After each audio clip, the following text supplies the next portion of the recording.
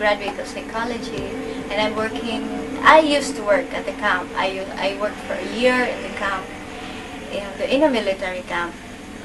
This is handling the armed forces of the Philippines. Actually, the armed forces is divided into 4 groups, 4 divisions. That's the Navy, the Philippine Navy, the Philippine Air Force, the Philippine Constabulary, and the Army.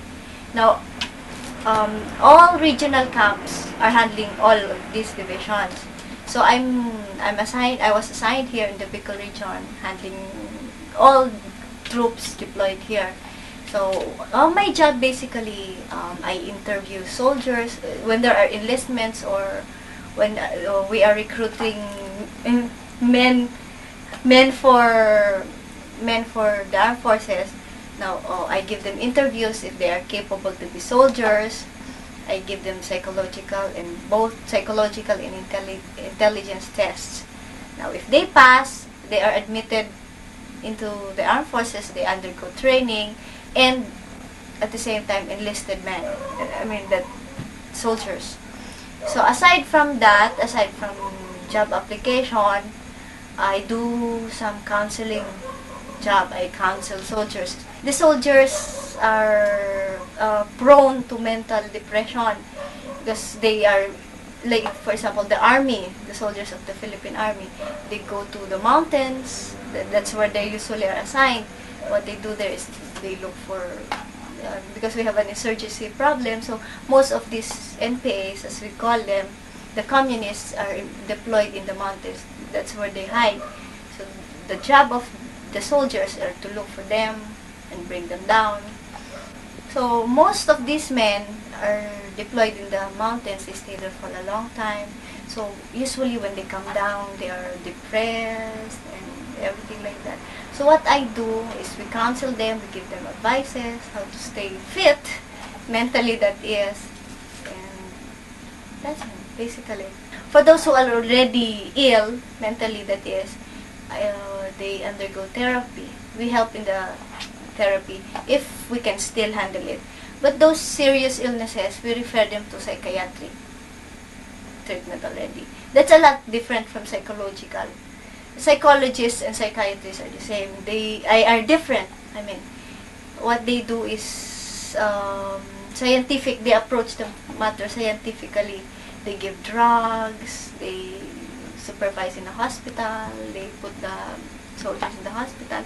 While us, just really counseling and looking for some symptoms in them if they are to be submitted to treatment or what.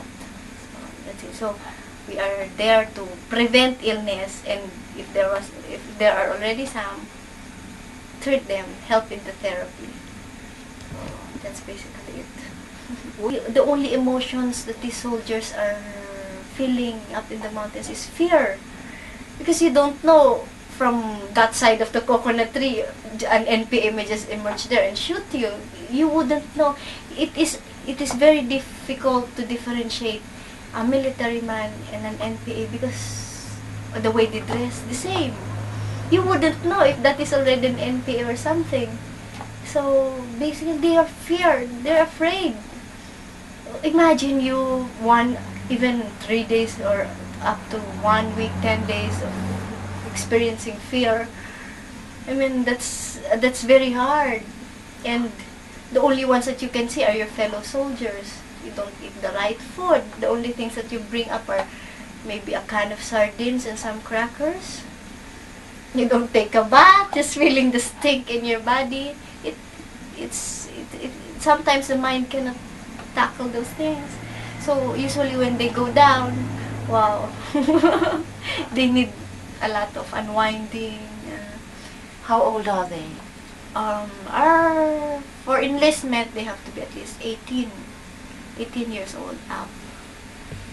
The people power, that was the Philippine Revolution that overthrew ex-President Marcos. Because you see, ex-President Marcos had been, they say, a dictator. He had ruled the Philippines for 20 years alongside with his wife, Imelda. That's why they are called the conjugal dictators, both husband and wife. And as people call them they're thieves because they stole a lot of money from the Philippines. To be exact, about $10 billion from the Philippine treasury, and they got rich with that. So just imagine 20 years that they were sucking the treasury of the Philippines. Maybe that's why we are that poor now. And the Filipinos cannot fight them because they were very powerful then. And there was this man, Ninoy Aquino, the husband of our president now, President Cory Aquino. He was the only one who had the guts, to fight him before during the election, because he was once a senator, but he was put into prison by President Marcos. He was out of prison mainly because he had to undergo a heart surgery in the United States, so they had to send him to the United States. That's why he went to the United States with his family. But he stayed for prison for a long time here in the Philippines because Marcos didn't want any enemies. So he stayed in the States. So when he finally decided to come back, because he cannot take it anymore, the Filipinos are suffering and Marcos is getting rich. So when he got back, he was shot at the airport. I suppose you know that.